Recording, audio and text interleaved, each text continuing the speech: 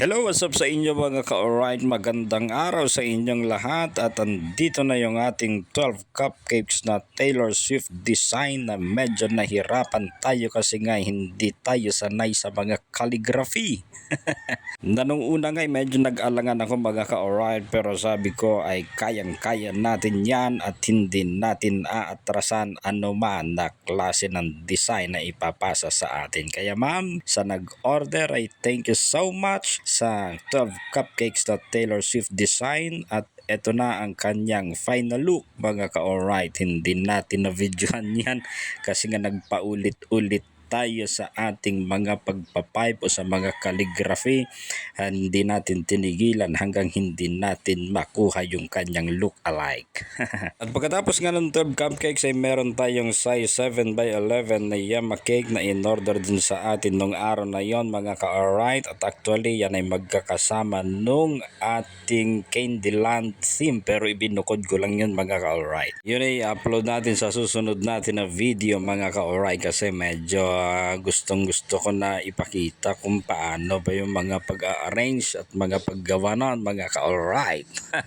At ito pa lang ating Yema cake na size 7x11 na ang height nito ay nasa 3 inch mga ka-alright ay in-order sa atin ang ating suki na si Ma'am Giovanni. Thank you madam. Alam nyo ba mga ka-alright na kahit na bestseller natin yung moist chocolate cake at talaga namang kailangan na yun yung magiging design o yung magiging flavor kapag customized cake, pero masasabi natin na isa itong Yama cake sa napakasarap at tinahanap-hanap ng ating mga customer. Alam nyo yon. At marami ngayong mga nagtatanong o nag-i-inquire mga ka-alright kung meron ba daw akong cake in tub na Yema cake. Ay, hindi ko na maisingit kasi busy ang portion.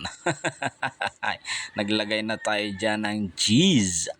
Dagdag sarap yan mga ka-alright. At dahil nga sa ito ay regular cake, ay magiging regular din yung kanyang design. Soft icing ang ginamit natin dyan ay whipped ng Bakersfield at ito ay para sa kanyang Mr. si Sir Palek, yung pulis na nandito sa amin. Kaya nilagyan natin dyan ng kulay blue at royal blue na rosette lang mga ka-alright yung kanyang combination, color and design. At sa kanyang finishing touches ay naglagay tayo ng mga leaves, mga dahon-dahon na kulay green at naglagay tayo ng light green at eto na yung kanyang final outcome mga ka-alright. And again, this is Odi Cakes Alright.